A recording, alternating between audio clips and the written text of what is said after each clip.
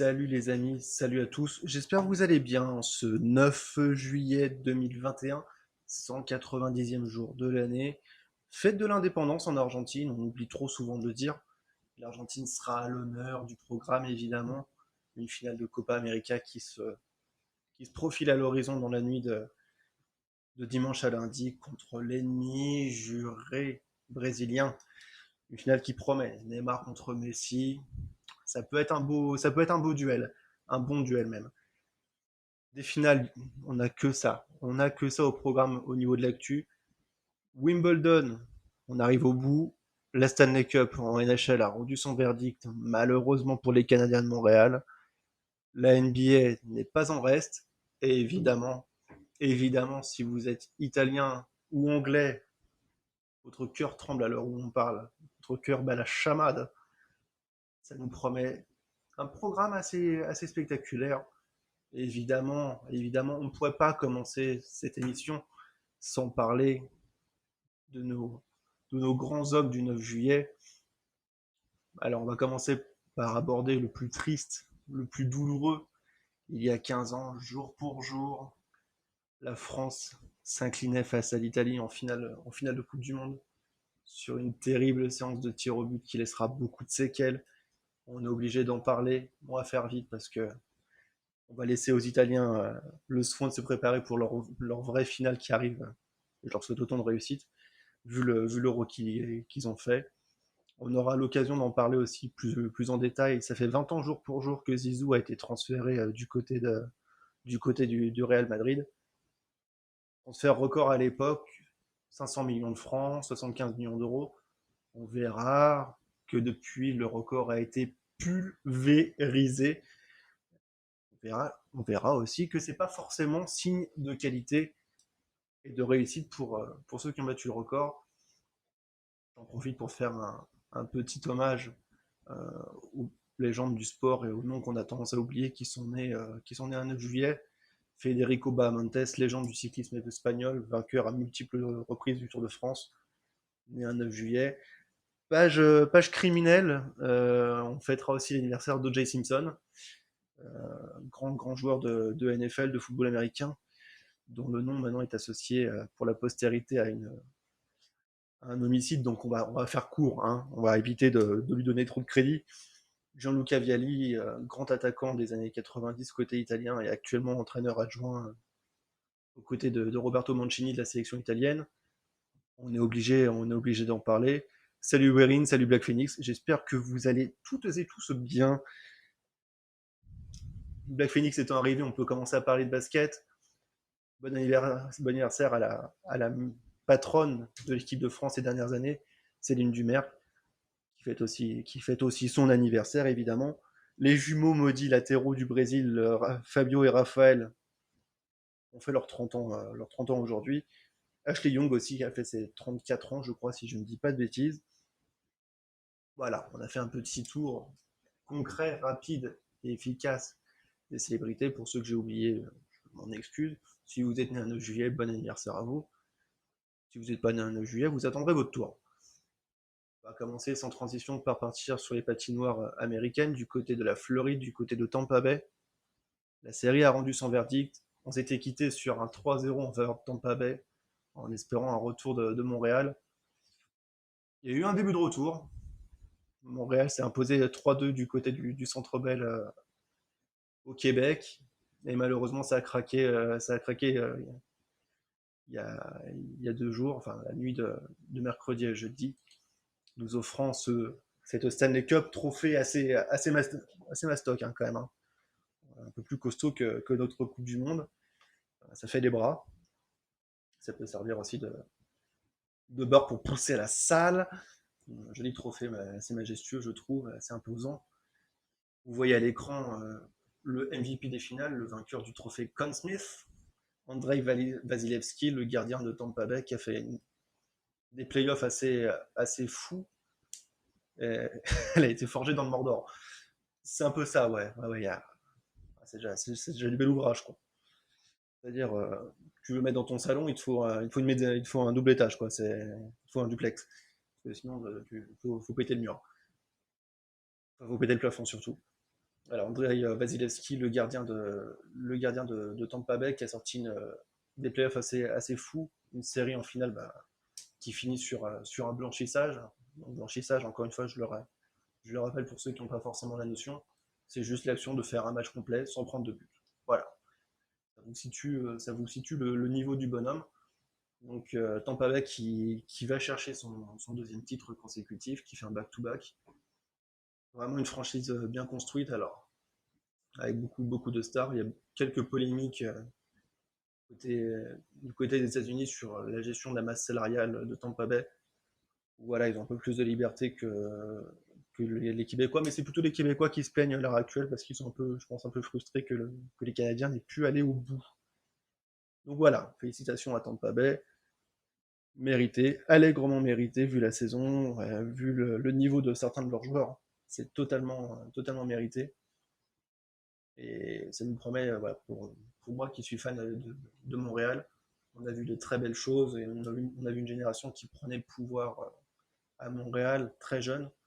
Et c'est annonciateur de très belles choses. À noter aussi que d'ici quelques jours, alors on fera peut-être un petit point sur l'évolution des situations. Il y a une nouvelle équipe qui va se créer, enfin, qui a été créée, et qui va rejoindre la NHL d'ici quelques jours. Ce sera du côté de Seattle. Ce sera les Seattle Kraken. Voilà. Je pense qu'il y aura sûrement un jeu de mots du genre Release de Kraken. Donc ils vont piocher des joueurs dans pas mal d'équipes actuelles de la NHL pour forger leur effectif. Comme ça s'est déjà fait il y a quelques années pour l'arrivée de Las Vegas.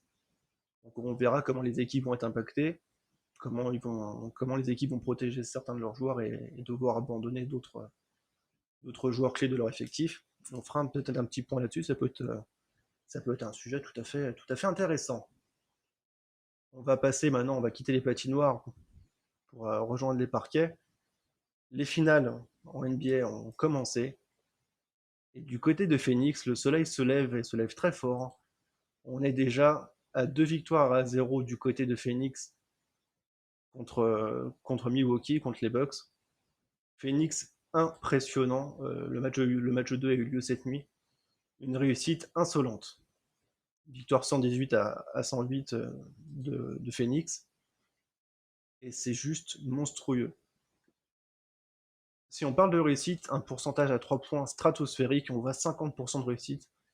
C'est là-dessus, c'est là-dessus. Alors j'ai pas vu le match parce que d'évidentes raisons d'horaire qui m'ont empêché de concilier travail et match. Mais juste la réussite à 50% à 3 points, alors pour ceux qui ne se rendent pas forcément compte, c'est du très très très très très haut niveau, vraiment. Une circulation de balles qui a été juste impressionnante. Pourtant, Milwaukee a défendu très charmant sa peau. Il y a eu des séquences de jeu où ça couillissait énormément en défense. Un jeu de passe pour les connaisseurs qui, moi personnellement, m'a rappelé un petit peu sur certaines séquences les Spurs de 2014, où ça cherchait la passe supplémentaire, ce qu'on appelle l'extra passe, pour vraiment chercher un coéquipier démarqué. Et vraiment, je me suis régalé à voir le résumé ce midi sur YouTube. Vraiment, j'ai trouvé Phoenix impressionnant pour une équipe qui a très peu d'expérience à ce niveau-là.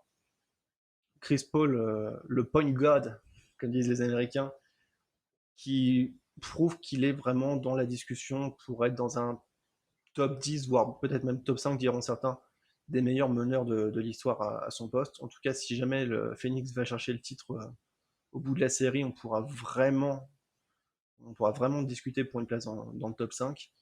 Devin Booker qui a encore pris des coups de chaud cette nuit, qui nous a rappelé que son statut de disciple du grand maître Kobe est largement mérité. Vraiment, ouais, Phoenix qui montre encore une fois que l'innocence d'une jeune équipe empêche pas du tout l'efficacité. On a vu des joueurs comment vraiment, vraiment se révéler en dehors du duo magique. Évidemment, DeAndre Ayton qui règne sur la raquette, on le voit, hein. 10 points, 11 rebonds, encore des stats très solides. Michael Bridges, l'ailier des Suns, qu'on attendait peut-être en quatrième option de l'équipe, qui met encore 27 points cette nuit en ayant des séquences de jeu assez impressionnantes. Jake Roder, qui nous sort une ligne de stats tout bonnement complète pour un joueur de son apport.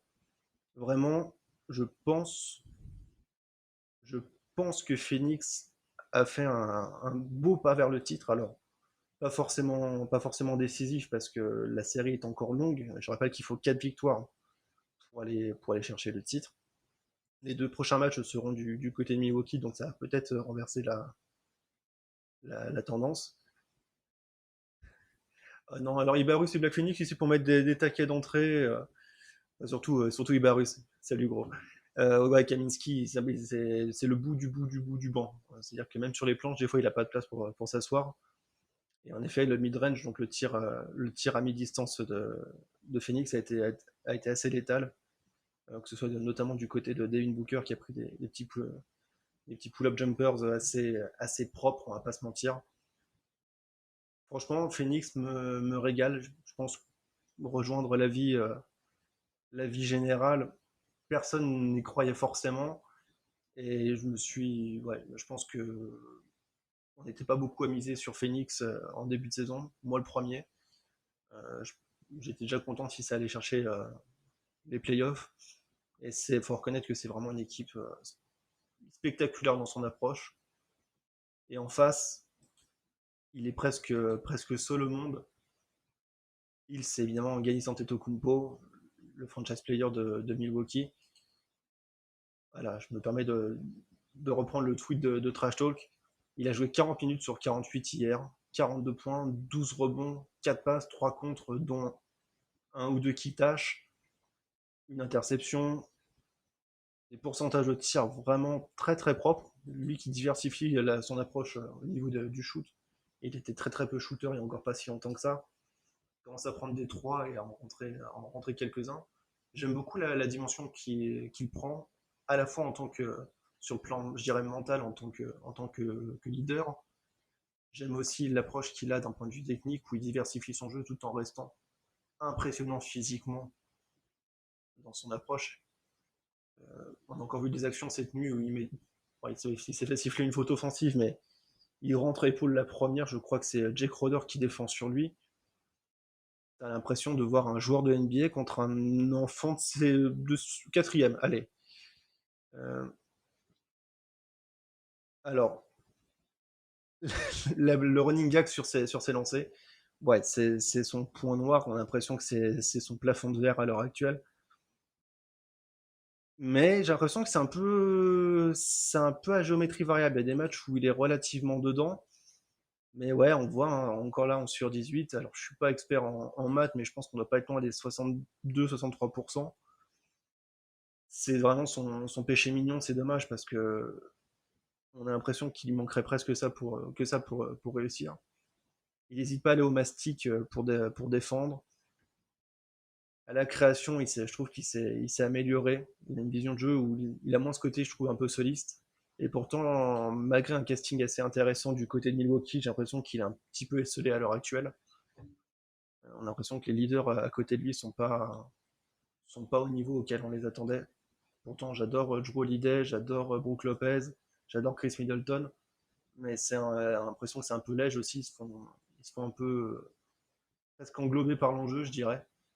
Donc ça, c'est vraiment dommage, mais encore une fois, je le rappelle, je le répète, il n'y a que 2-0 à l'heure actuelle, même si la moitié du travail est fait pour Phoenix, ça reste 2 victoires à domicile qu'il convient de nuancer, puisqu'il y aura 2 matchs à jouer du côté Milwaukee. Donc ça peut très vite revenir à 2-2, peut-être 3-1. Je reste persuadé que Phoenix a les cartes en main et a son destin entre les mains pour aller chercher le titre. C'est Voilà, c'est dommage. Le banc peut être léger, oui, ouais, clairement, parce que si on regarde alors, j'ai pas le box score complet, mais on peut largement partir du principe que le 5 majeur, on a les 5 premiers noms, hein. Ça sera Ganis, PJ Tucker, donc Lopez, Chris Middleton, Jrue Holiday. On voit le nom à côté, pas de Connaughton, je l'aime bien, hein. J'ai même vu un homme fou amoureux de lui à Paris quand on a été voir Milwaukee Charlotte avec Ibarus. Il est gentil, c'est un bon joueur de bout de banc, mais voilà, Jeff Teague, il est en fin de carrière, il a largement passé son prime. Bryn Forbes, Bobby Portis et Elijah Bryant, tu vas pas chercher grand chose avec ça. Alors je dis pas que le banc des Suns c'est du très très haut niveau, mais On voit je trouve que l'apport en termes d'intensité, sans parler des stats, mais Cameron Johnson, il s'est démené. Cameron Payne, il a prouvé que même quand Chris Paul n'était pas là, il pouvait largement assurer la main. Alors non, alors voilà, Torrey Craig, je vois son nom, c'est pas Jake Roder d'ailleurs qui s'est fait pulvériser par Gagny, c'est Torrey Craig parce qu'il est sorti sur blessure dans la foulée. Voilà, on sent que c'est des mecs qui vont au carton. Euh, Ils n'hésitent pas, voilà, ça passe pas, mais on a l'impression qu'il y a dans l'envie, dans l'intensité, dans l'effort que nécessite un tel match en finale de NBA, on a l'impression que Phoenix est plus prêt à faire les efforts que malheureusement le banc de Milwaukee qui est peut-être un peu plus court. Encore une fois, il n'y a que 2-0. La série est encore longue. Hein. On peut espérer, je pense, au moins 6 matchs. Je vois bien Milwaukee aller en chercher un ou deux. Le groupe est soudé et collectif. Clairement, on voit, alors sans faire de parallèle avec un autre sport, mais ça fait penser un petit peu au collectif italien à l'Euro. C'est pas forcément les joueurs les plus talentueux. Il y a peut-être d'autres équipes où les noms sont plus clinquants. Mais les mecs, tu sens qu'il y a une intensité, il y a une envie d'aller s'arracher pour les potes, quoi. Et c'est vrai que Phoenix, je trouve que le collectif global dans sa conception, t'as une jeune génération avec Michael Bridges, Devin Booker qui est encore relativement jeune, DeAndre Ayton, et à côté de ça, t'as des vieux briscards emmenés par le saint maître des vieux briscards, Chris Paul, et tu sens il y a une alchimie qui a pris, tu sens il y a un truc qui a pris, et il faut reconnaître que le travail qui est fait à l'heure actuelle du côté de Phoenix, non seulement ça pulvérise les attentes qu'on avait envers cette équipe, j'étais premier à dire que pour Chris Paul, s'il voulait chercher une bague, Phoenix c'était pas le bon spot à l'heure actuelle, mais à culpa parce que Chris Paul, lui qui était réputé pour jamais passer un tour de playoff, pour craquer quand il fallait pas, bah voilà, son statut de. Ouais, Barus le dit, son statut de point god, donc jeu de mots avec la notion de point guard, qui est le poste de meneur de jeu en anglais. Voilà, son statut de point god, il est assumé, il est assuré, et il n'y a rien à redire. Il n'y a rien à redire parce qu'il fait taire beaucoup de détracteurs, et franchement, c'est juste un régal à voir, et c'est amplement mérité pour un joueur comme Chris Paul qui a toujours un niveau de jeu assez intéressant. Il n'a pas toujours été dans les équipes qui allaient loin, malheureusement, mais faut reconnaître que voilà, si jamais il va chercher une bague pour ce que les Américains appellent la legacy, donc l'héritage qu'il laissera au jeu, bah, et à son héritage à lui aussi, il finira d'entériner tout suspense sur est-ce qu'il mérite d'être dans les grands noms de ce sport. Je pense qu'il l'a prouvé à plus d'un titre. C'est un très grand. Le point NBA, on l'a fait. Je pense on peut passer sur le foot. Est-ce qu'on partirait pas sur ce derby argentin-brésilien qui nous attend euh, ce week-end pour la finale de la Copa América? Là aussi, deux favoris qu'on attendait au rendez-vous, pas les mêmes destinées. On a vu le Brésil assez en contrôle, assez en contrôle sur sa demi-finale, bien que pas forcément clinquant. Ça va gagner une victoire 1-0 face au Pérou, qui avait réussi à atomiser 4-0 en phase de poule. Là, c'est 1-0 sur un but du joueur de l'Olympique lyonnais, Lucas Paqueta. Donc le Brésil qui se qualifie sans forcer, sans se mettre vraiment en danger. J'ai vu le résumé du match, ça m'a pas emballé plus que ça. Je trouve que le Brésil qui était super bien parti sur un niveau de jeu spectaculaire, ça donne l'impression de ronronner. Alors est-ce que c'est un coup de bluff entre guillemets où ils sont plus dans le contrôle, ou est-ce que ça va prendre? On aura la réponse, ce week-end parce qu'en face, on a une équipe où là aussi il y a une notion d'âme qui commence un petit peu à prendre. On a vu Lionel Messi qui est si souvent décrié pour ses qualités de meneur, presque en transe pendant la séance de tir au but face à la Colombie. Séance de tir au but qu'ils ont gagné pour justement arracher ce billet en finale. L'Argentine, il y a un truc qui se crée. L'entraîneur Lionel Scaloni fait des choses intéressantes. L'équipe argentine est vraiment intéressante dans son approche.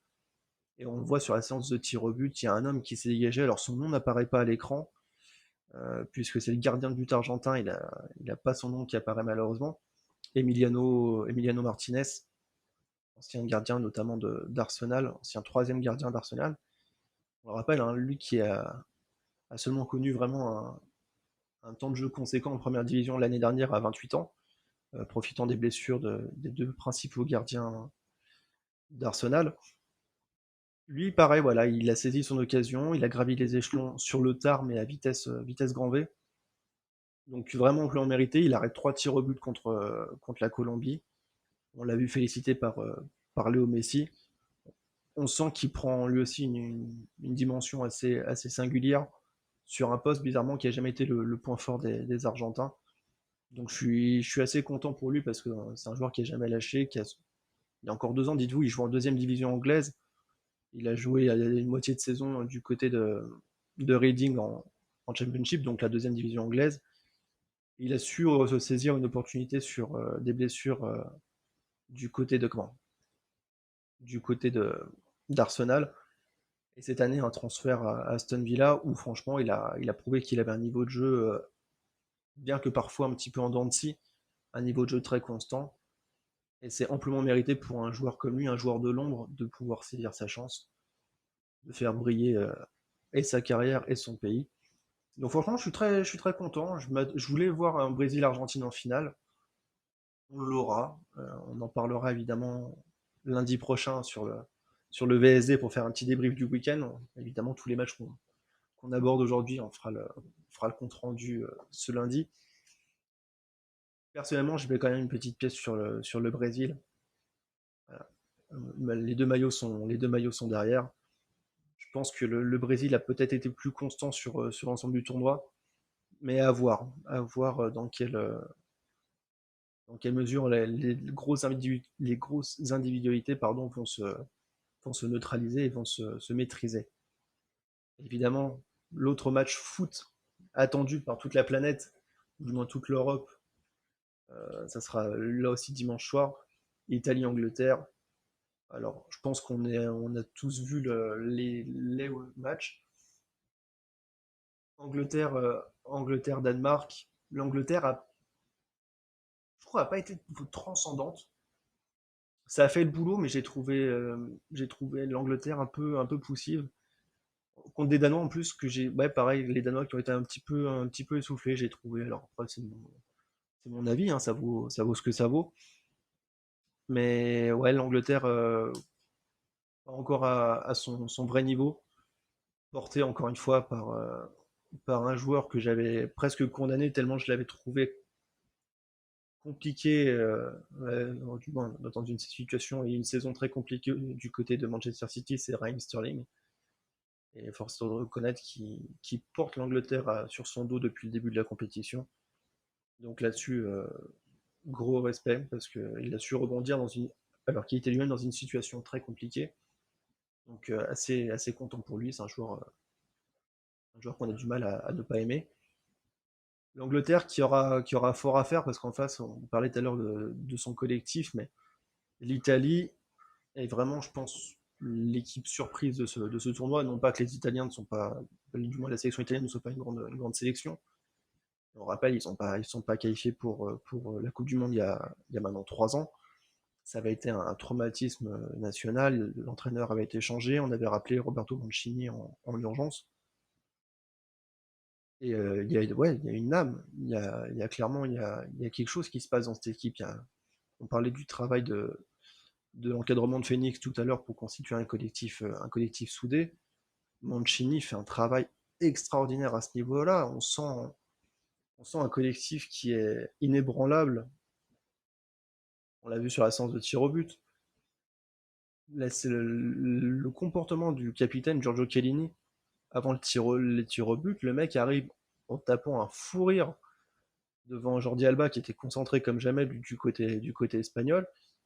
Le mec avant les tirs au but où c'est le moment en demi-finale où tu es censé être le plus stressé de ta carrière, à peu de choses près. L'autre il arrive, il part en fou rire avec les arbitres, il chauffe tout le monde. Avec un capitaine comme ça, tu es obligé de te sentir mieux, d'être dégagé, je dirais, du stress. On l'a vu, hein, la situation. Il savait qu'il n'avait pas tiré. Peut-être, peut-être. D'autant plus, je crois qu'il a tiré, Kellini, non, si je dis pas de conneries. Non, mais le doute. Soit j'ai les tirs au but. J'ai pas les tirs au but, dommage. Je les ai pas sous. Il me semble que si je dis pas de bêtises. Ah non, tu vois, non, j'étais persuadé qu'il avait tiré Chiellini. Non, je confonds avec Bonucci. Bonucci qui a mis un beau petit cachou. En plus, l'Italie commence en loupant son premier tir au but avec Locatelli. T'as pas senti une situation de stress? Ça m'a rappelé, alors je sais pas pour ceux qui ont peut-être l'image en tête, ça m'a rappelé comment?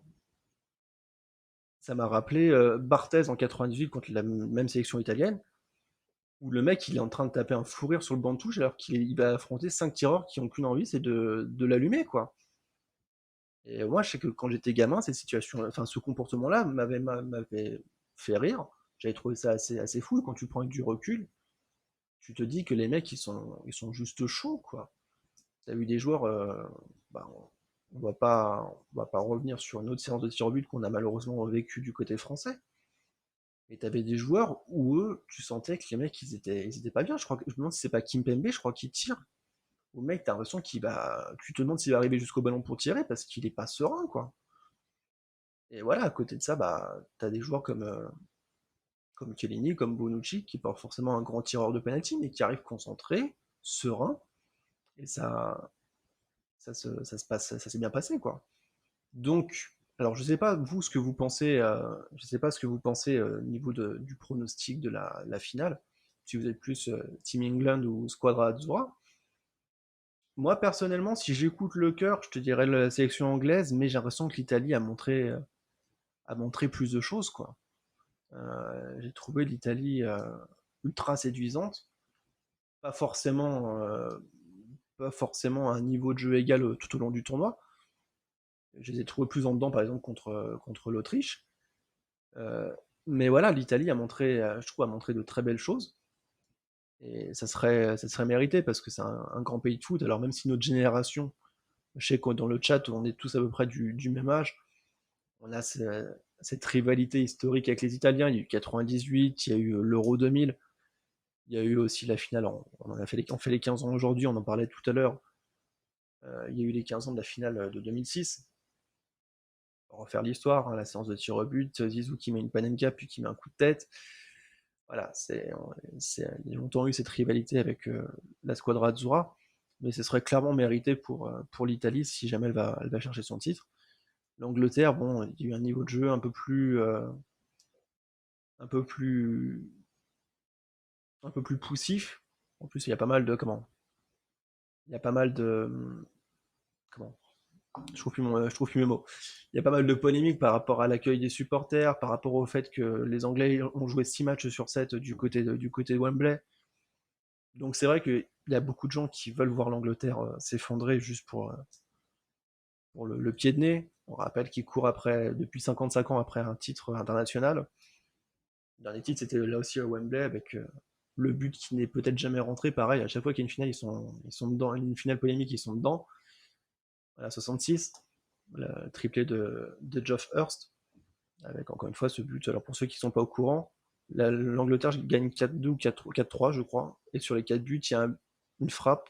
À l'heure actuelle, 55 ans après, avec les moyens technologiques, tout ce que tu veux, on n'est pas sûr à 100% que la balle soit rentrée. On sait pas, on n'a aucune preuve qu'elle n'est pas rentrée, mais on n'a aucune preuve certaine qu'elle est rentrée. Donc l'arbitre avait pris ses responsabilités à l'époque. L'Angleterre qui joue à domicile contre la RFA, donc l'Allemagne de l'Ouest. On avait Bobby Charlton contre Franz Beckenbauer. L'arbitre avait accordé le but, l'Angleterre avait été sacrée. Donc voilà, c'est toujours assez compliqué. Heureusement que c'est leur sport. Là-dessus, ouais. Là-dessus, ils sont pas à la hauteur de leur invention. Après, on va pas se mentir, hein, la France a créé des trophées qu'elle a mis très longtemps à gagner, parce que c'est deux Français qui ont créé et la Coupe du Monde et l'Euro. Ils avaient eu 68 ans pour gagner un trophée qu'on a créé nous-mêmes, donc on n'est pas forcément mieux là-dessus, bien qu'on se soit rattrapé depuis avec 2 euros de Coupe du Monde. Allez les Bleus. Du coup, on va continuer, évidemment, l'actualité nous emmène on reste en Angleterre, on reste du côté de Londres, on traverse la capitale, on arrive du côté de Wimbledon. Là aussi, alors, je vais plus me focaliser sur le tournoi masculin, non pas par pur sexisme, mais par le fait que j'ai plus suivi les matchs. On a les demi-finales qui sont en train de se dérouler, donc vous voyez Matteo Berrettini qui a fait tomber Hubert Hurkacz, celui qui a laminé Roger Federer. Roger qui est en bout de course, hein. J'ai regardé le match personnellement, je vais pas vous mentir, qu'il m'a fait beaucoup de peine, l'ami Roger. Il a trop fait d'erreurs. Désolé, je suis obligé de faire cette blague. Roger Federer en bout de course, et on sait qu'il aura bientôt 40 ans. Il est passé à côté de son match, il a fait beaucoup d'erreurs réservées aux Français, quoi, des revers loupés, des volets où il glisse. Donc Urkac qui avait fait un très très beau tournoi, qui tombe contre Berrettini qui est en grande forme, lui qui a gagné le tournoi du Queens il y a 15 jours maintenant. Donc voilà, une grosse qualif pour Berrettini qui va affronter alors soit Djokovic, soit Denis Shapovalov. On voit que la demi-finale pardon, est en cours à l'heure actuelle. Les Canadiens qui sont portés par deux génies, hein, que ce soit Shapovalov ou Félix Auger-Aliassime, qui a fait encore un gros tournoi, qui a sorti Alex Zverev en huitième de finale. Vraiment, je me régale à regarder le tournoi de Wimbledon, à regarder les quelques matchs que je peux choper. Que ce soit Kachanov aussi qui m'a relativement séduit. Djokovic qui est annoncé comme le grand favori, hein. On sait que face à la nouvelle génération, Djokovic est toujours assez plébiscité. Il a toujours à cœur de prouver son, son niveau de jeu et son lustre d'antan contre la nouvelle génération. Et voilà, quand on pense aux trois noms qu'on a là, que ce soit Shapovalov, Berrettini, Hurkacz, on peut rajouter Auger-Aliassime, Kachanov, Zverev, Tsitsipas, Medvedev. On a une génération dorée qui arrive aussi. Peut-être moins prestigieuse sur papier que les générations Djoko, Federer, Nadal, mais très prometteuse, et je pense qu'on aura des très beaux duels avec pas mal de joueurs qui vont véritablement émerger quand l'ancienne génération prendra la porte. À savoir qu'en parlant de Wimbledon, aujourd'hui on fête les 144 ans du début du premier Wimbledon. Wimbledon a été créé un 9 juillet 1877. Donc voilà, c'est le plus vieux tournoi encore en activité à l'heure actuelle, dans les tournois du Grand Chelem, j'entends. L'US Open a été créé, lui, en 1881, Roland Garros en 1891, et l'Open d'Australie en 1905. Je m'excuse pour les dates, hein, je suis obligé de regarder, j'ai tout noté. À savoir que le vainqueur, pardon, on va regarder, s'appelait Spencer Gore. Regardez, il est pas beau. Il a un petit côté Bastien de Trash Talk que je trouve dans le faciès. Voilà, c'est cet homme-là qui a gagné le Wimbledon du haut de ses 27 ans à l'époque. Alors, à savoir que Wimbledon, à la base, a été créé, j'ai appris ça tout à l'heure en préparant un petit peu le live. À la base, Wimbledon, c'est un tournoi qui a été créé par le club de Wimbledon, du coup. C'est un tournoi qui a été créé pour financer la réparation du rouleau agricole pour entretenir les cours en gazon. Donc, c'était juste pour financer un rouleau agricole pour l'entretien des pelouses. Et 144 ans après, ça reste le plus grand tournoi du Grand Chelem au monde. Donc voilà, petit cocorico, joyeux anniversaire à Wimbledon. Dans la catégorie anniversaire, alors on a parlé de la finale de 2006, on a parlé de Wimbledon. Il y a un autre anniversaire aujourd'hui, 20 ans jour pour jour, que Zizou, notre Zizou national, le trésor le plus protégé du sport français. Ça fait 20 ans jour pour jour que Zizou a été transféré au Real Madrid en provenance de la Juventus de Turin. Transfert estimé à 520 millions de francs à l'époque, 75 millions d'euros. Record à l'époque, large record, il battait le record de Luis Figo un an avant, qui avait lui aussi rejoint le Real Madrid, c'était le début de l'ère des Galactiques. Donc je me suis penché un petit peu sur le transfert de Zidane. Alors je ne vais pas revenir sur la carrière de Zizou, je pense qu'on connaît tous le joueur, euh, le monstre de terrain que ça a été. Je voudrais juste, voilà, on va juste se focaliser pour voir que le record a été battu, pulvérisé depuis, puisque j'ai fait les calculs, le transfert de Zidane au Real Madrid, alors sans tenir compte de l'inflation, juste en tenant compte pardon, de la valeur pure, à l'heure actuelle, c'est le 26e plus gros transfert d'histoire. C'est-à-dire en, en 20 ans, pardon, le record a été battu 25 fois. Enfin, du moins, 25 transferts sont glissés au-dessus. Et on va voir que dans les 25 noms, on va les regarder, il n'y a clairement pas que des réussites. Loin de là. Bientôt Mbappé nous recommande du transfert. C'est fort possible. C'est fort possible. Pour ceux qui l'ont pas vu d'ailleurs, petit point Mbappé. La voici. Elle a été révélée il y a 1 heure. La nouvelle jaquette de l'édition Ultimate de FIFA 22. Voilà, il reste sur la jaquette du célèbre jeu de foot. Je... Alors de foot, ça reste à voir parce que vu l'évolution du jeu, moins en moins du foot, ça reste le plus proche de Mario Striker Football que d'un vrai jeu de foot. Mais bon, mon côté rageux à l'ancienne qui prend le dessus. Alors pas de blague sur le melon de Mbappé, s'il vous plaît. On a dit qu'on le laissait tranquille ce mois-ci, le pauvre. Hein. Il se fait allumer de partout. Bon, après, dans sa com, il le cherche un petit peu aussi. Le transfert de Zizou, alors on voit que je l'ai laissé tout en haut pour l'instant. On voit qu'il y a des noms qui viennent se greffer dans le classement. Euh, il y a des noms, on se demande ce qu'ils font là quand même. Hein. Je veux pas être médisant, mais on voit des Luka Jovic, Christian Pulisic qui a encore beaucoup à prouver, Alvaro Morata, acheté par Chelsea, pardon, pour 65 millions. Vous retrouvez des clients à ce prix-là hein, quand même. Hein. Morata 65 millions, c'est loin d'être un cadeau. Il y a d'autres joueurs, je pense à Oscar, lui qui est annoncé comme une pépite du football brésilien qui est parti se perdre, enfin se perdre. Ça dépend de quel point de vue. Si on parle du point de vue sportif, il s'est perdu. Si on parle du point de vue financier, Oscar a largement trouvé sa place du côté de Shanghai. Thomas Lemar, ouais, alors Thomas Lemar, pareil, hein, c'est annoncé comme une pépite. C'est un bon joueur, mais 65 millions. Après, encore une fois, il faut prendre en compte une réalité financière malheureuse. C'est que bon, il y a maintenant les joueurs sont plus jugés sur leur valeur à l'instant T. C'est des spéculations sur des promesses d'avenir pour la plupart des joueurs. Bon, Luis Figo dans le classement Luis Figo fait figure d'ancêtre. On a parlé tout à l'heure. C'était lui le recordman du monde avant le transfert de Zizou. Qui avait trahi Barcelone en allant signer chez l'ennemi pour 61 millions d'euros. Ouais, c'est ça, à force de dire que c'est une pépite, il va avoir 30 ans, il n'aura rien fait. C'est malheureusement le cas. C'est que c'est des joueurs où il y a eu des paris sur l'avenir qui sont pas révélés payants. Ouais, malheureusement, ça plafonne. Hein. Tu prends un joueur par exemple comme Obama, Pierre-Emerick Aubameyang, que j'adore. Est-ce qu'à vu son niveau de jeu actuel, est-ce que si tu le mets à 63 millions, c'est rentable? Je pense pas, vraiment, je pense pas. Euh, Après, tu as les transferts, je pense à voilà, Aymeric Laporte. Il s'impose à l'heure actuelle, c'est-à-dire le défenseur français par effet actuel. Ils ont laissé le drapeau français pour Aymeric Laporte. Ouais. On rappelle pour ceux qui n'ont pas suivi que maintenant il est espagnol. Il est espagnol. Enfin, du moins sportivement parlant, il est espagnol. Il y a des joueurs comme ça, même encore à l'heure actuelle, hein, des Ruben Dias, ça reste des très bons joueurs, mais au moment où ils sont transférés, tu restes quand même sur la spéculation de talent.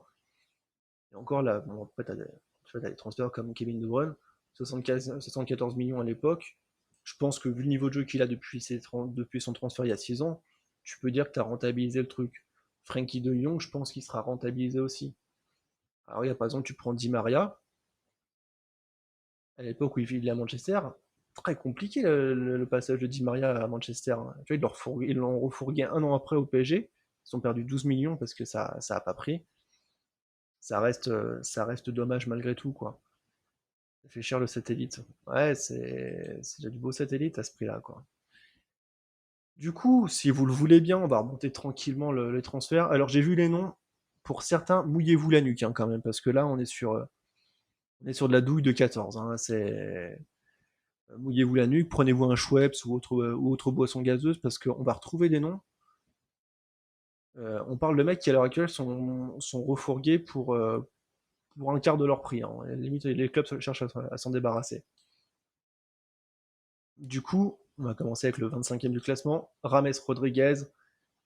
En 2014, il sortait d'une Coupe du Monde stratosphérique où il a fini meilleur joueur de la Coupe du Monde. Il avait fait partie des premiers joueurs du projet russe à Monaco. Vendu au Real Madrid, bon, ça a été assez compliqué pour Rames. Il est un petit peu en perdition au niveau des clubs depuis quelques temps. On sait qu'il a été prêté notamment du côté du Bayern. Alors que c'est un super joueur, hein, tu vois, il a une élégance, maintenant il est du côté d'Everton. Il a fait de très grandes choses. Mais voilà, pareil, 78 millions à l'époque, on se disait que c'était un futur top 3 mondial. Bah, ça peine à confirmer. Au-dessus de lui, on aura un transfert plus récent, puisque ce sera Kai Havertz. Bon, lui, pareil, un Wonderboy du côté de la sélection allemande. Il avait fait une saison très solide du côté du Bayer Leverkusen. Chelsea l'a voulu pour inaugurer son projet de la nouvelle génération à l'époque avec Frank Lampard. Bon, du coup, maintenant, il y a encore plus le côté allemand parce qu'il y a Thomas Tuchel qui a rejoint Chelsea. Chelsea a fait une super saison, on va pas revenir dessus, mais une Ligue des Champions, c'est dur de leur dire qu'ils sont passés à côté de leur projet. Donc voilà, Kai Havertz, pour l'instant, pareil, ça reste de la spéculation parce qu'il est très très jeune. Et nul doute qu'il va être un peu plus. Il va être très sollicité, notamment par rapport à son prix. Au-dessus, pour l'instant, on a un joueur qui fait office de chef de file des flops, Nicolas Pepe, en provenance du LOSC pour aller du côté d'Arsenal. Le mec est sur le banc de touche du côté d'Arsenal, quoi. Tout simplement. Il a du mal à s'imposer, il est en grande difficulté, alors qu'en vrai, c'est un bon joueur, mais ça, pour l'instant, ça prend pas du côté d'Arsenal, tout simplement. Ça prend pas, c'est des éclairs de génie par-ci, par-là, mais c'est vraiment sporadique. Donc c'est un bon joueur de Ligue 1, c'était un très bon joueur de Ligue 1 à son passage à Lille. J'avais été très séduit par ce joueur-là.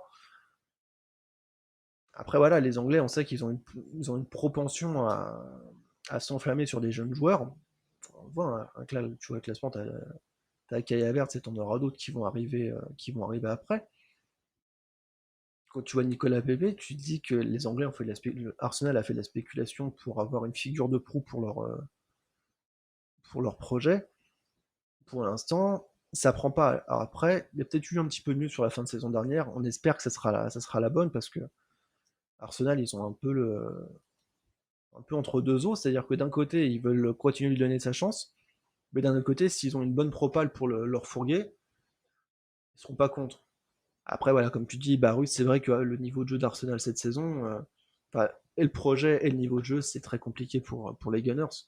Dans une première ligue qui est de plus en plus compétitive, on voit non seulement les autres clubs du Big Six, mais tu as des clubs à côté comme Everton par exemple, où tu as des projets de jeu qui prennent, tu as des recrutements assez ambitieux et tout. Mais Arsenal, ouais, il y a le projet de rachat qui est un coup savant, un coup savant pas. C'est très compliqué pour Arsenal. Moi, personnellement, Arsenal fait partie des clubs que j'adore, ayant grandi avec la génération française dorée du côté des Gunners. Les Vieira, Henry, Wiltord, Manu Petit, Robert Pires, j'en passe et j'en passe. Évidemment que ça me fait de la peine de voir un club comme ça, parce que c'est un club, tu le sens, qui veut viser le top 3, voire le titre. Ils veulent aller taper dans la cour de City, Liverpool à l'heure actuelle, qui sont au-dessus du lot. Mais à l'heure actuelle, ils sont plus à se demander si 8ème place devant Burnley, c'est pas mal, quoi. Donc c'est dommage pour eux, parce que c'est un club qui a été. Alors dans les Français, j'ai évidemment oublié le Français, le patron, Arsène Wenger, qui a fait un projet de jeu juste magnifique avec Arsenal. Ouais, c'est vrai qu'il y a une très belle statue de Thierry Henry devant le stade. Euh, Évidemment que Arsenal mérite mieux, mais quand tu vois les transferts de PP comme ça, tu te dis que c'est très compliqué, quoi. Il y a une gestion de l'argent qui est assez douteuse, malheureusement. Si on remonte, alors là, j'ai dévoilé deux noms d'un coup. Lucas Hernandez, 80 millions acheté par le Bayern. C'est encore relativement frais, mais c'est un joueur qui est polyvalent, qui peut jouer dans l'axe comme à gauche. Je pense que c'est pas le plus mauvais défenseur français, loin de là. Je pense même qu'il peut largement viser la première place. Et au-dessus de lui, bon bah t'as l'exemple même d'un recrutement qui est trop cher, mal jugé, mal géré, et où ça tourne au fiasco, quoi. Qui est pas Harissa Balaga, ça a été un projet de recrutement sur l'avenir, et il se passe rien, quoi. Le mec, il est arrivé en figure de proue d'appareil d'un début de nouveau projet où ça voulait aller chercher très grand, ça se basait sur une nouvelle génération dorée. Le mec qui s'est retrouvé sur le banc, relégué par un joueur qui venait de Rennes, qui avait aucune expérience, en l'occurrence Edouard Mendy, qui a fait une super saison pour le coup. Et il fait partie de ces joueurs qui sont mis non seulement sur la touche, mais en plus, c'est limite s'il n'y a pas un petit coup de pied au cul pour lui dire bah allez, trouve-toi un club en Chine où tu veux, mais casse-toi. Et tu sens que voilà, c'est dommage parce que bon, j'ai toujours du mal moi, avec le fait qu'on vise les joueurs par rapport à leur prix. Si tu vends un joueur et qu'on te propose 3 fois le prix de ce qu'il vaut, tu vas pas dire ah non, non, j'ai peur de vous en fumer. Arissa Balaga, pareil, et on lui dit bah écoute, tu vas aller jouer à Chelsea et tu pars de Bilbao. J'aime bien Bilbao, hein, mais on te promet des duels de très haute intensité en première ligue, en étant titulaire. Tu te fais mettre une pression par rapport à ton prix, mais tu es pour rien, quoi. Moi qui n'ai pas Arissa Balaga, hormis les fautes de main et tout, j'ai toujours cette séquence où je crois que c'était Sarri à l'époque, l'entraîneur. En match de coupe, le mec il dit attends, tu vas sortir. L'autre il dit non, non, c'est mort, je sors pas. Il se prend la tête avec son coach en plein match pour dire non, non, mais moi je reste jusqu'au bout, quoi. Voilà, c'est l'image, enfin c'est à son image et c'est à l'image de son parcours à Chelsea. C'est juste très compliqué, quoi. Là, pareil, on a l'exemple même de la valorisation et de la spéculation. Victor Osimhen, il a fait un peu le même principe que Nicolas Pepe. Il fait une super saison du côté de Lille et il est vendu à prix d'or avec plus de 81 millions. Et je pense qu'il n'y a pas les bonus et tout. Je pense que c'est vraiment la valeur intrinsèque du transfert du côté de, du côté de Naples. Et pareil, de ce que j'ai compris, alors j'ai pas toutes les infos évidemment, mais il a commencé, il avait bien commencé à Naples. Ouais, il a fait quelques premiers matchs intéressants, mais tu sens qu'il est pas à son aise. Moi, j'ai pas mal regardé jouer Naples cette saison. C'est assez compliqué, quoi. Alors, il faut réussir à s'intégrer dans une équipe où il y a une forte identité, où il y a des joueurs, il y a pas mal de concurrents sur les postes offensifs, évidemment. Hein, c'est pas Louan Cuiseau le truc. T'as Insigne, t'as Mertens, t'as Lozano, entre autres, t'as Matteo Politano et tout. T'as du beau monde. T'as du beau monde. Il y a même Arcadius Milik avant qu'il soit prêté du côté de la Canebière. Mais voilà, il a eu du mal. Je crois qu'il a eu deux, trois propos qui ont mal été dits, du genre comme quoi il n'était pas trop chaud à l'idée de jouer en Italie. Je crois même qu'il y a eu une affaire de racisme aussi, enfin, par rapport à des supporters dans les stades. Donc le mec, tu sens il donne pas l'impression d'être à l'aise à Naples. On sait que le championnat italien, c'est un championnat très très dur, très très exigeant. Et voilà, c'est dommage parce que c'est un joueur qui avait montré de très belles choses en Ligue 1, mais qui peine un petit peu à confirmer, quoi. Donc là, on le voit, il y a déjà 6 joueurs au-dessus de Zizou. Bah, c'est pas t'es loin d'avoir un 100% de réussite. Hein. Rames, ça s'est pas super bien passé, pardon. Kai Havertz, pour l'instant, c'est pas trop trop mal. Nicolas Pepe, bon, la photo, je ne mets pas en valeur, mais Nicolas Pepe, c'est loin d'être exceptionnel. Lucas Hernandez, c'est pas trop mal, c'est même plutôt bien ce qu'il produit du côté du Bayern. Kepa, c'est un four complet. Et Victor Osimhen, c'est compliqué, quoi. Après, à Biarritz, tu dis, le problème, mais en Ligue 1, on n'arrive pas à garder nos jeunes. On en revient toujours à cet éternel problème de la compétitivité pardon, de la Ligue 1. C'est un beau championnat, mais t'as pas la même exigence que sur d'autres championnats. Puis en effet, tu as une logique de. Ouais, ça me fait penser un peu à ce que les guignols de l'info appelaient. Comment les guignols de l'info appelaient Giroud à l'époque, c'était ce côté éleveur de champions. T'as l'impression que la Ligue 1, c'est vraiment le centre de formation du haut niveau. Et c'est dommage, quoi. OM, Lyon, Paris, Lille, tu peux même rajouter Monaco. Monaco fait des très belles choses. Euh, voilà, c'est. Après, même combat, ils veulent juste respecter leur business plan. Ils ont pas le même. Ils ont pas le même. Ils ont pas les mêmes exigences financières. Ils ont pas les mêmes man. Ils ont pas les mêmes moyens d'action. Moi, quand je vois un club comme Paris, alors, on va pas faire des leçons d'économie, parce que, et là, j'en suis incapable, et de deux, c'est pas le propos du sujet. Ça pourrait en être un. Quand tu vois un club comme Paris qui a les vannes ouvertes financièrement, on voit à l'heure actuelle avec le recrutement qu'il propose, même si il y a des joueurs en fin de contrat, il faut quand même sortir les moyens financiers pour recruter Donnarumma, Ramos, Wijnaldum. Il n'y a que, je crois, Achraf Hakimi où il y a une grosse indemnité de transfert. Mais quand tu vois des titis parisiens qui sont formés, qui sont super bons, et qui sont bradés. Je pense par exemple à Christopher Nkunku qui a été bradé du côté de Leipzig. T'as Tanguy Koulibaly qui a été vendu pour un Coca et un Schweppes du côté de Stuttgart. Voilà, c'est des clubs comme ça, tu sais que c'est des moyens d'action. Je pense qu'il y a un club là-dedans, par contre, qui gère vachement mieux la vente de ses joueurs, c'est Lyon. Lyon, ils ont une capacité. Regarde le nombre de joueurs qu'ils ont sortis de leur centre de formation, qu'ils ont vendu à des prix d'or. Lacazette ou Titi, là, il y aura peut-être Oussama Aouar qui va se rajouter à la liste. Fekir aussi qui a été vendu pour un beau petit billet, bien qu'ils auraient pu en tirer plus en le vendant un an avant du côté de Liverpool. Encore une fois, voilà, c'est la Ligue 1, c'est vrai que t'as pas la même attractivité. Tu as ce côté formation de très bons joueurs, mais les joueurs qui sont dans leur prime, bah, ils veulent jouer avec ce qui se fait de mieux. Le problème de la Ligue 1, c'est que tu as l'impression que s'ils peuvent jouer comment des gros matchs, ça sera forcément en Ligue des Champions ou en Ligue Europa parce que c'est une compétition où il y a un niveau de jeu très, très relevé. Mais c'est malheureusement la Ligue 1 n'a pas cette attractivité. C'est que là, comment que la première ligue. Tu prends la première ligue, tu prends le top 8, c'est que des gros clubs. J'ai pas la liste en tête, mais on va essayer de les faire. Tottenham, City, United, Liverpool, Arsenal, Tottenham, t'as Everton, et même les clubs un peu plus de milieu de tableau, même des clubs comme Southampton par exemple, qui fait une saison compliquée, ou Wolverhampton, bah, tu retrouves des gros noms. Si tu te dis ces clubs-là, tu les fous en Ligue 1, ça va chipper le top 3. Et je pense que ça peut du moins chipper le top 3. Mais voilà, c'est dommage pour la Ligue 1, mais on verra dans le classement, t'en auras encore des joueurs de Ligue 1. Salut Nabilon. Là, on parle de Nabil Fekir, t'arrives toi. Euh, voilà, non, si, j'avais pas le chiffre en tête pour Karim Benzema. 25 millions, mais 25 millions il y a 12 ou 13 ans maintenant.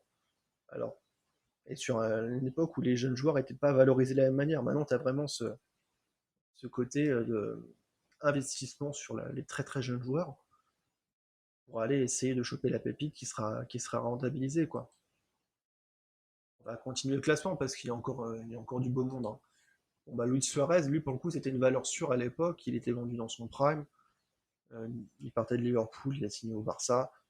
Je pense que, je pense que pour le coup, le transfert a été rentabilisé parce que quand on voit le parcours de Luis Suarez du côté du Barça, ça reste, on n'est pas loin du chef-d'œuvre, quoi.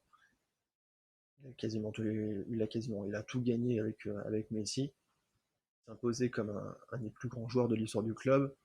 Bon, il est juste parti sur un départ indigne de son statut. Et pour le coup, il a rendu la monnaie de sa pièce au Barça en faisant une saison assez insane du côté de l'Atlético.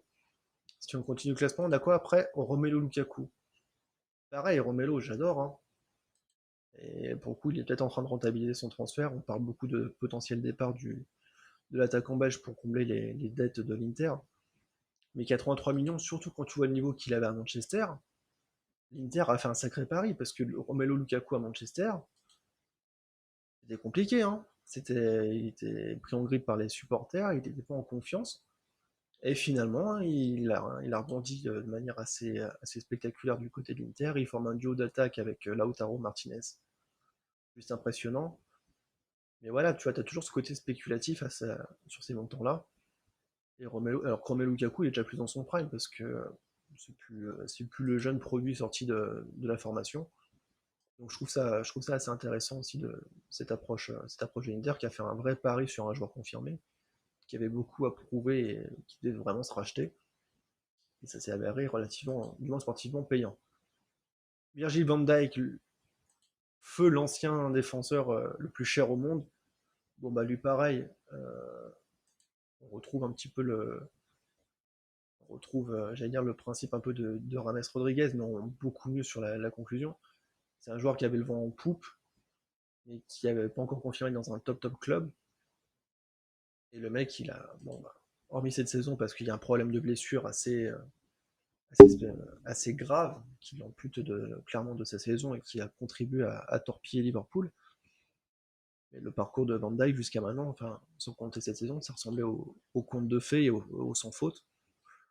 À voir dans quelle mesure il revient, mais je pense que même si ça venait à mal se goupiller sur la fin, Liverpool en tire. Si jamais Liverpool voulait s'en débarrasser, il tirerait toujours un gros billet. Et le mec a prouvé il était ultra solide et clairement meilleur à son poste dans son prime. Et quand il est en bonne santé. Romelu Lukaku, bah tu vois, Manchester, pourtant Dieu sait que le passage de Lukaku à Manchester, ça a été très compliqué. Au final, ils perdent que 2 millions. Ça va, hein. On n'est pas sur une grosse perte. Mathias de Ligt, bon, en ce moment, lui pareil, avec Mbappé, il forme le duo de ceux qui ont raté leur huitième de finale, mais ça reste un gros pari sur l'avenir du côté de la Juventus. L'Ajax, c'est pareil, on parlait de la Ligue 1 tout à l'heure, ils ont un peu le même problème. Un championnat qui est peu compétitif, pourtant c'est une usine à pépites et à joueurs en or. Et De Ligt, voilà, il incarne la nouvelle génération des défenseurs hollandais, du très haut niveau. Il a le temps d'apprendre en plus à la Juve à se confronter à très haut niveau d'exigence avec Chiellini et Bonucci. Et tu sens qu'il commence à prendre un niveau assez monstrueux aussi. Personnellement, je suis très client de ce genre de défenseur. Et même son euro, même si c'est mal terminé, j'ai trouvé des séquences très intéressantes. Je pense que la Juve a fait un recrutement assez solide avec lui, même s'il y a quelques sautes de concentration parfois. Neymar, alors, vous aurez compris qu'on va retrouver son nom plus haut dans la liste encore une nouvelle fois, mais à l'époque, sans faire de comment sans faire on va dire, je vais faire obligé de faire un raccourci, mais Neymar quand il arrive à Barcelone, sa carrière tient sur un passage au Brésil où on sait que le niveau défensif est pas toujours au, au sommet, et limite son CV tenait sur une vidéo YouTube des meilleures actions avec une musique en dubstep en fond sonore. Il arrivait avec un statut, c'était vraiment l'exemple même des joueurs qui étaient recrutés grâce au buzz qu'il avait généré sur Internet au début. Bon, ceux qui me connaissent seront les premiers à savoir que je suis pas un grand fan de Neymar, même si c'est un joueur du PSG. Ça reste un très bon joueur, mais avec beaucoup trop d'aspects friables pour moi. Cela dit, je pense que le Barça a largement rentabilisé son transfert parce que son trio de la MSN, c'était déjà du très haut niveau. Alors après, ouais, il avait, comme tu dis, Nabilon, il avait commencé à scorer tout avec le Brésil et tout. Je remets pas ça en cause, hein. Le Barça a pas juste regardé une vidéo de YouTube pour le recruter, mais aux yeux du grand public, tu avais vraiment ce côté spéculatif où il avait prouvé à l'échelle continentale qu'il était très solide, mais on attendait vraiment d'en voir plus. Mais comme tous les joueurs qui se forment en Amérique du Sud, c'est que tu as toujours cette exigence, on va dire, de compatibilité entre le football sud-américain et le football européen. La liste des joueurs qui sont arrivés d'Amérique du Sud avec un statut de joueur ultra prometteur et qui se sont ravagés une fois arrivés en Europe, la liste est longue, hein. Il y a souvent dans les très grands clubs trop tôt. Je pense à Gabriel Barbosa, à Gabigol, quand il a signé à l'Inter, il arrivait avec un statut de super numéro 9. Et je crois qu'il est reparti un an après en Amérique du Sud parce que ça n'avait pas pris. Grand porte-drapeau de la coiffure tectonique. On avait dit pas les blagues sur la capillarité de Neymar parce que c'est pas toujours ce qui est le plus séduisant. Après, comme tu dis, Nabilon, pour revenir sur un débat plus sérieux, la mentalité, la clé de sa carrière, moi, c'est ce qui fait que j'ai vraiment du mal avec Neymar. C'est pas son talent intrinsèque. Évidemment, il est ultra talentueux, c'est un magicien quand il a le ballon dans les pieds, quand il est dans un grand jour. Mais, mais, en tant que leader, et vu son statut, tu es en droit de l'attendre en leader, tu as ce sentiment qu'il y a un plafond qui l'empêche de vraiment côtoyer le sommet. Je vais pas dire le très haut niveau, il y est largement, mais le sommet. Si on prend le sommet incarné par deux joueurs, un qui est argentin et l'autre qui est portugais, en l'occurrence Lionel Messi et Cristiano Ronaldo, je pense qu'on sera tous d'accord pour dire que aussi talentueux que puisse être Neymar, jamais tu le mets à la même table que les deux. Enfin, en tout cas, pour moi, personnellement, je ne mets pas au même niveau. Parce que tu as l'impression que dans sa gestion de carrière, dans sa gestion globale, pas sur l'aspect purement technique, mais sur l'ensemble du parcours de Neymar, bah, il y a un moment où ça coince, alors que pour les deux autres, bah, c'est des machines de guerre, quoi. Donc Neymar qui arrive en 2013 au Barça, bon, on va le retrouver très très haut dans ce classement pour son transfert au PSG. Au-dessus, un joueur qui est peut-être un des joueurs les plus clivants à l'heure actuelle dans le foot, Harry Maguire. Je l'ai pas, que personne ne bouge, voilà. Harry Maguire, archétype du défenseur anglais dans son plus pur cliché. Rugueux, très bon jeu de tête, la mobilité d'un Charpentier. Bien qu'il soit amélioré, je trouve il est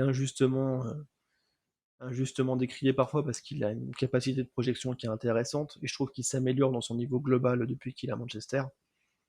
Mais pareil, on était sur un côté spéculatif à 87 millions pour un joueur qui avait non seulement pas encore prouvé au très très haut niveau, mais qui avait déjà montré des lacunes qui étaient inquiétantes pour l'exigence européenne que voulait Manchester United.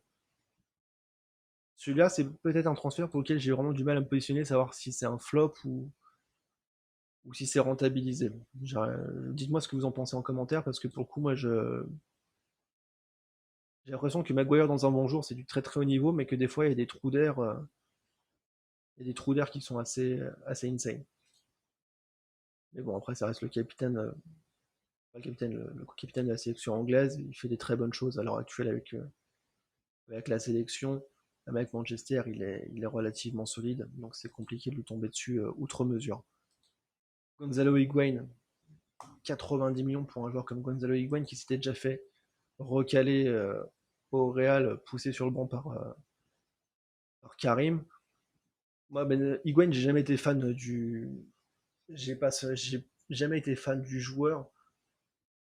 On sait que le championnat italien, ça lui a toujours plutôt bien réussi. Après, ouais, je pense pas que ce soit le meilleur coup que la Juve aurait pu faire à ce prix-là. Il a fait des bonnes choses, mais c'est pas une... J'ai tendance à le mettre automatiquement dans les flops à ce prix-là. Cristiano Ronaldo, pour 2009, 94 millions. Transfert qui avait défrayé la chronique, la chronique Manchester au Real. Bon, 94 millions. Quand tu sais qu'ils l'ont revendu à la Juve encore plus cher alors qu'il n'était plus dans son prime depuis quelques temps. Quand tu vois le parcours de Ronaldo au Real, un peu comme Luis Suarez, il est arrivé en étant quasiment au sommet de son art. Du moins, c'est ce qu'on pensait. Et au Real, il a encore élevé son niveau de jeu. Ronaldo, voilà, ce que tu veux dire, à part que c'est un transfert qui est largement rentabilisé, il gagne des thunes et en plus il profite du joueur dans son meilleur moment en le rendant encore meilleur.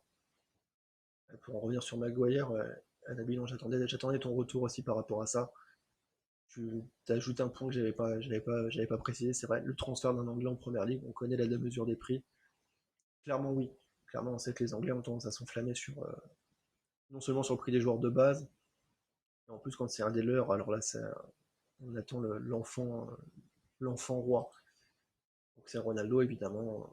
Que dire Bon petit joueur de foot, ouais, pas mauvais. Pas Benjamin Nivet, mais pas mal quand même. Gareth Bale, bon, lui aussi dans la catégorie joueur clivant, il a une aile du château à lui tout seul. Il arrivait de Tottenham en étant un des meilleurs joueurs, un des meilleurs arrière-gauche, parce que côté anglais, il sera aligné ailier droit, très bon joueur dans ses bons jours, mais je pense qu'il a l'air assez compliqué à gérer humainement parlant. Il a aussi des faillites mentales. T'as toujours l'impression qu'il est là sans être là parce qu'il n'a pas envie. Il a été mis de côté par Zizou qui l'a pas raté au Real. Donc je pense que le Real, pour le coup, a pas fait l'affaire du siècle en prenant Gareth Bale, même si ça partait bien. Pourtant, hein, je me souviens de ce but contre le Barça où il fait une course de folie sur l'aile. Il a eu des éclairs de génie. Son but en finale de la Ligue des Champions contre Liverpool, si je dis pas de bêtises. Ça reste des moments de légende du football, mais trop rares hein, pour un joueur à ce prix-là, et puis sur lequel tu avais autant d'attentes. Bon, mine de, on commence à se rapprocher du haut du classement. On reste du côté du Real, hein, qui prend pas mal de place dans ce classement. Eden Hazard, bon, ça fait 2 ans maintenant,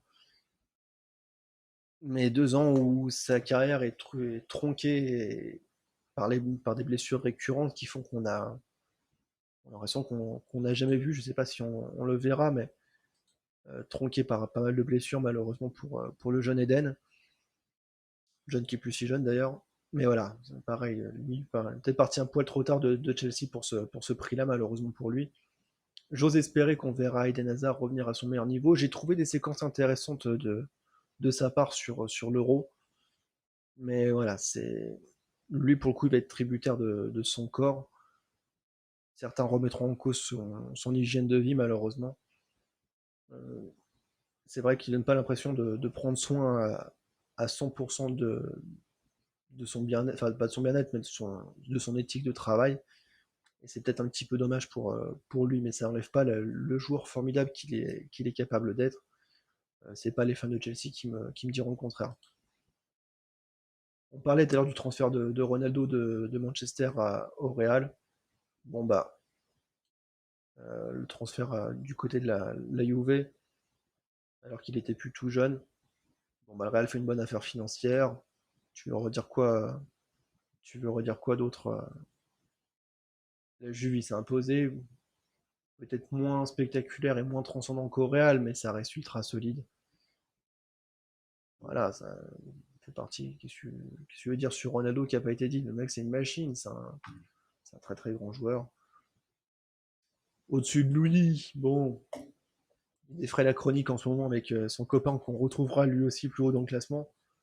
Ousmane Dembélé, bon, 105 millions pour un joueur qui joue trop peu de matchs parce que pas épargné par les blessures, comme Eden Hazard, une éthique de travail qui pour le coup est clairement remise en cause par tout le monde, à commencer par l'encadrement de son club qui lui a mis à tous les moyens, qui lui a mis un chef cuisinier pour qu'il fasse gaffe à sa bouffe, qui lui a mis un intendant pour pas qu'il loupe son réveil.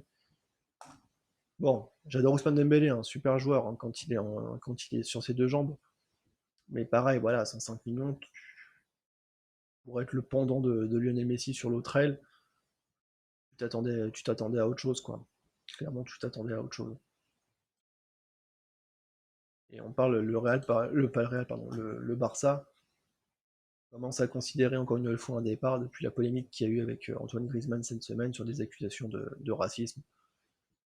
Bon, ça sent mauvais. Le passage de Dembélé, clairement, c'est pas une franche réussite du côté du Camp Nou. Paul Pogba, 105 millions de la Juve à Manchester United. Bon, bah, la Juve s'est fait un petit kiff, hein, parce que je rappelle pour ceux qui sont pas au courant que le mec a été formé à Manchester, qu'il a été vendu vu le talent de Pogba à l'époque, pour une boîte de Tonso Piquet et l'intégrale de Navarro. Il le rachète 105 millions. Bon, bah, bonne affaire, les Bianconeri, hein, félicitations pour vous. Bien joué. Pareil, Pogba, bon, United, c'est compliqué. Il y a des hauts et des bas.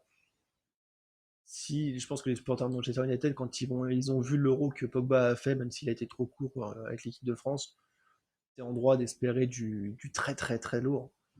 Si jamais ça prend enfin à Manchester, si c'est aussi régulier que ce que ça peut être transcendant, ça peut être que des belles choses pour les Red Devils et pour le français.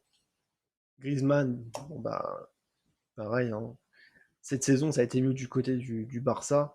La première saison a été un calvaire fini où il s'est fait tomber dessus par tout le monde. On a pointé son incompatibilité avec Messi qui semble pas l'aimer. Avec Suarez, c'était pas fou non plus.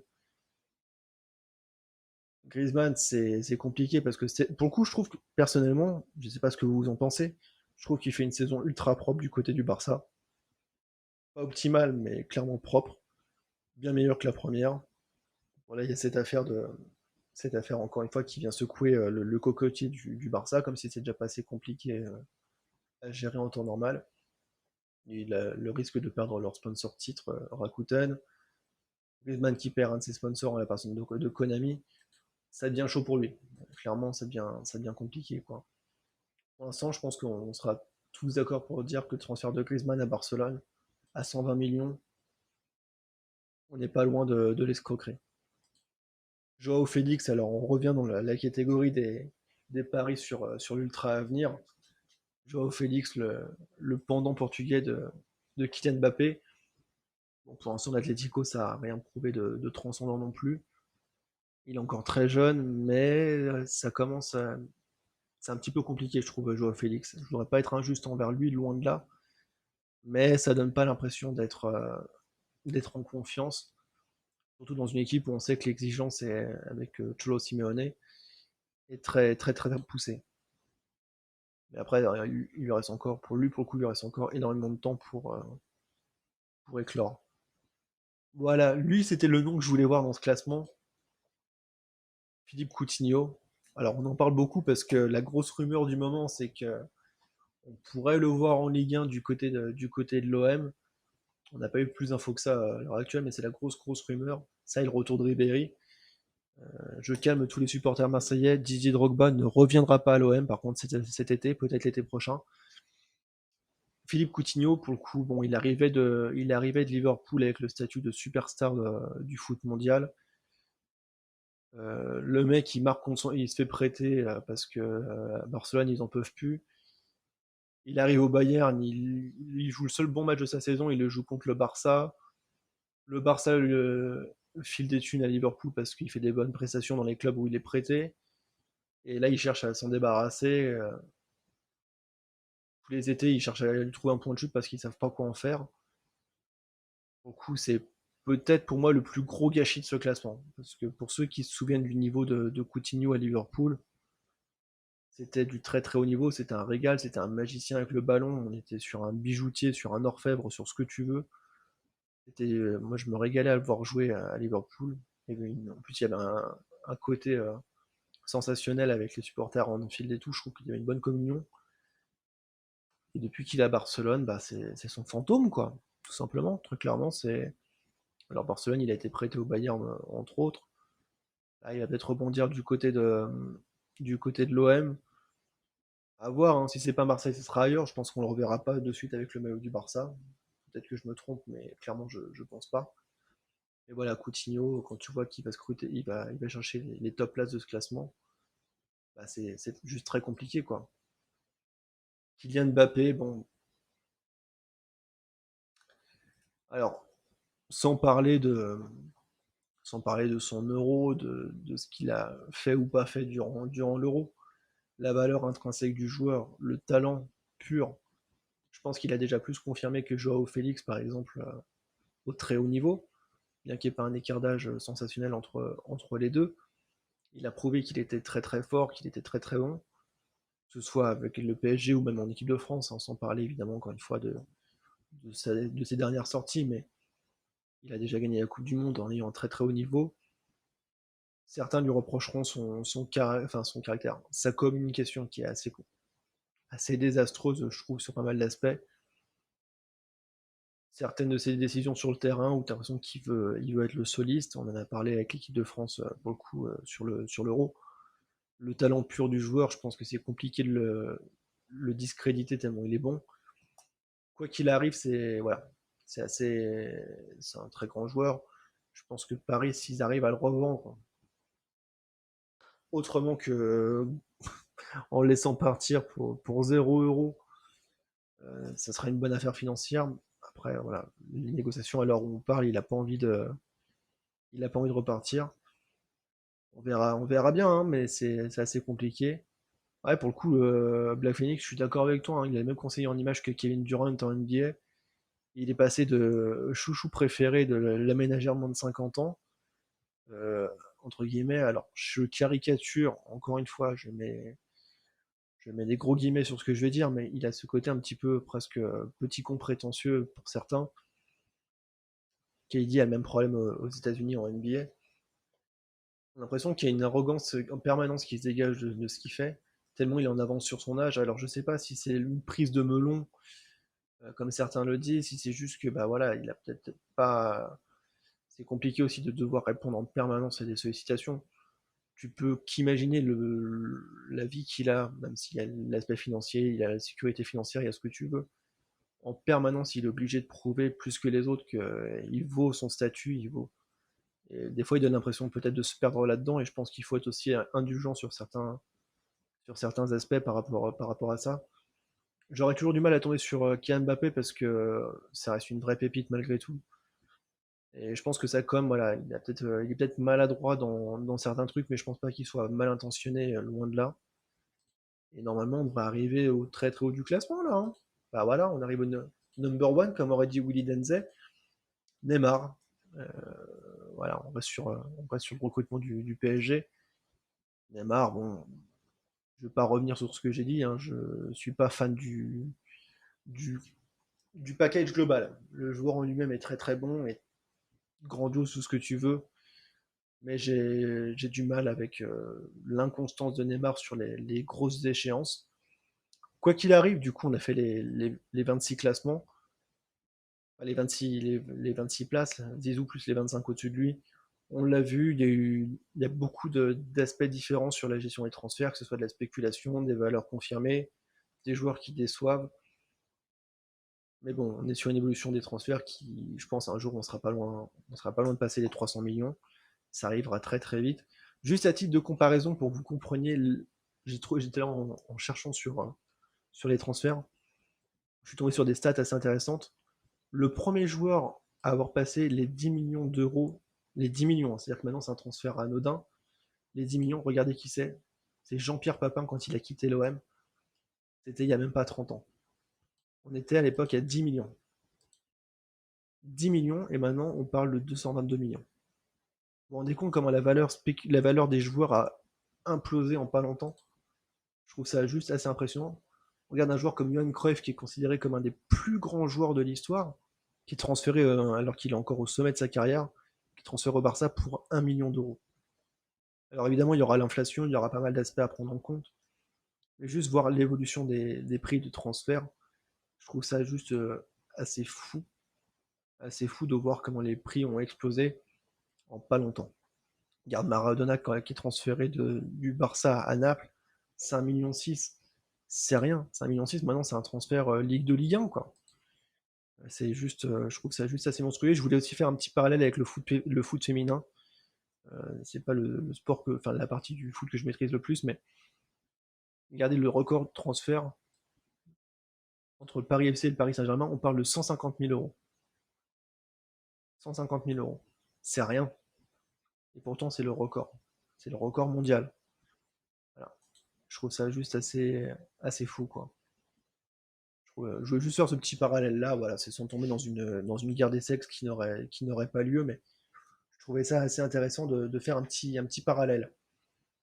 Avant de vous quitter, voilà, après ceux qui veulent partir, vous pouvez partir, hein, je vous retiens pas, hein, il commence à être tard pour ceux qui veulent aller manger. Je voulais faire un petit point, parce qu'il y a 99 ans, jour pour jour, un homme passait pour la première fois en nageant 100 mètres sous la minute. C'était le record du monde qui tiendra plus de 10 ans. Et cet homme-là, c'est ce monsieur. Alors, ce, son nom peut-être vous dira rien. euh, Johnny Weissmuller. Il est né en 1904, à l'époque de l'Empire austro-hongrois. C'est ce monsieur-là qui va personnifier pendant très longtemps et dans l'imaginaire collectif le personnage de Tarzan au cinéma. Voilà. Il est devenu acteur après sa carrière. Je voulais juste faire un petit parallèle comme ça, juste pour que vous compreniez un peu le parcours assez fou. Vous savez que j'aime bien faire des petits projets sur des anciens sportifs et sur des personnalités comme ça qu'on a peut-être oublié avec le temps. Johnny Weissmuller, c'est ce monsieur, voilà, regardez, tout sourire. Il est né en 1904, je vous l'ai dit, en Hongrie. À 7 mois, il émigre aux États-Unis avec ses parents. Du fait de la dissolution de l'Empire austro-hongrois, il deviendra apatride à ses 14 ans. Il va décider de se mettre à la natation pour soigner la poliomyélite, qui est une maladie, alors, je ne vais pas faire des notions de médecine pareil, mais une maladie assez grave qui influe notamment sur la paralysie, qui peut influer sur la paralysie des jambes et sur les infections, sur les problèmes respiratoires. Son médecin va lui dire, bah écoute, mets-toi à nager pour essayer de tenir pour essayer de lutter contre la maladie. Il va devenir très très bon. Il va décider d'aller comment? D'aller faire les Jeux Olympiques à l'époque du côté de Paris en 1924. Il aura 20 ans. Il se fait passer pour son petit frère qui lui est la nationalité américaine. Il va nager pour les États-Unis. Il va gagner 5 médailles. Alors, pardon, 4 médailles. Pardon, je dis une bêtise. 4 médailles, 3 en or sur 100 mètres, 400 mètres et 4 fois 200 mètres avec le relais américain, plus une médaille en bronze en water polo pour la déconne, parce que bah voilà, il savait nager, il était plutôt à l'aise dans l'eau. Du coup, il s'est fait ce petit plaisir-là. Faut savoir que voilà, faut savoir que voilà, pour ceux qui nagent ou qui ont vu la natation ou qui nagent, le crawl, normalement, tu mets la tête sous l'eau pour des raisons aérodynamiques évidentes, pour des raisons de pénétration dans l'eau. Johnny Weissmuller nageait le crawl avec la tête en dehors de l'eau, c'est un réflexe qu'il avait gardé du water polo, et il a battu le record du monde en ayant il a battu le record du monde et gagné toutes ses médailles en ayant la tête hors de l'eau. C'était une technique assez particulière. Il retournera au JO du côté de Stockholm en 1928. Il n'aura que 2 médailles d'or, petit joueur, sur 100 mètres et sur 4 fois 200 mètres. Dans les années 30, il arrêtera sa carrière, il deviendra la personnification de Tarzan. C'est notamment de lui que viendra le légendaire cri de Tarzan que je ne vous ferai pas pour d'évidentes raisons de dignité humaine et pour vos oreilles aussi. Voilà. Donc ce personnage-là arrêtera sa carrière, deviendra acteur. Il aura beaucoup de mal à se diversifier parce que il est tellement associé à ce personnage de Tarzan que c'est compliqué pour lui de faire autre chose. On lui prête beaucoup de légendes, comme quoi, notamment, il aurait été kidnappé par des fidèles par des partisans de Fidel Castro dans les années 50, kidnappé, et il aurait fait le cri de, comment il aurait fait le cri de Tarzan pour se libérer, enfin, pour se libérer, pour intimider ses ravisseurs qui l'auront reconnu à ce moment-là et qui l'auront libéré. C'est toujours compliqué de démêler le vrai du faux, évidemment. On sait que les légendes urbaines sont nombreuses sur des sportifs de cette époque-là. On avait déjà eu le cas avec Richard, Richard Norris, Richard Norris Williams, pardon, sur le rescapé du Titanic il y a quelques semaines. Malheureusement, la suite de son parcours sera très compliquée. Il s'est marié 5 fois, euh, autant de mariages que de divorces à peu de choses près. Donc beaucoup de procès, criblé de dettes. Il deviendra malheureusement interné dans un asile psychiatrique parce que pris de démence. Alors la légende, encore une fois, dit que dans la nuit à l'asile, tu entendais son cri de Tarzan. Il faisait le cri de Tarzan pour un petit peu se remémorer son passé. Alors encore une fois, ce sont des légendes dures à oublier et dures du moins à décerner le vrai du faux. Et cette légende du sport, encore une fois, et cette légende du cinéma aussi d'une certaine manière, s'éteindra à Acapulco au Mexique, dans son asile psychiatrique, pris d'un œdème pulmonaire à 79 ans. 79 ans, pardon, c'est ça, le 20 janvier 1984. Donc voilà, vu qu'aujourd'hui on fêtait les 99 ans de son record du monde et de la barrière franchie du premier homme sous la minute, je trouvais ça assez intéressant de mettre la lumière sur un sportif que notre génération connaît pas forcément, alors qu'à l'échelle des champions et des grands monstres de la natation, son nom figure avec des noms plus connus de nos oreilles comme Mark Spitz, Yann Thorpe, Michael Phelps, Florent Manodou, Alexander Popov par exemple, Fred Bousquet, voilà. Les nageurs masculins et les monstres du 100 mètres sont légion, et c'est peut-être lui un des premiers, sinon la première méga star issue du monde de la natation. Je trouvais ça bien de mettre un petit peu de lumière sur son nom. On va se quitter pour aujourd'hui. 1h20 de stream. Je vous aurais bien retenu aujourd'hui. Évidemment, pour ceux qui le veulent, n'hésitez pas à suivre les différents réseaux sociaux. En ce moment, je suis pas mal actif sur Twitter pour commenter notamment la fin de l'Euro. Donc, n'hésitez pas à me rejoindre. Pour ceux qui veulent revoir la vidéo en replay ou en parler autour de vous, elle sera dispo sur YouTube dès ce soir.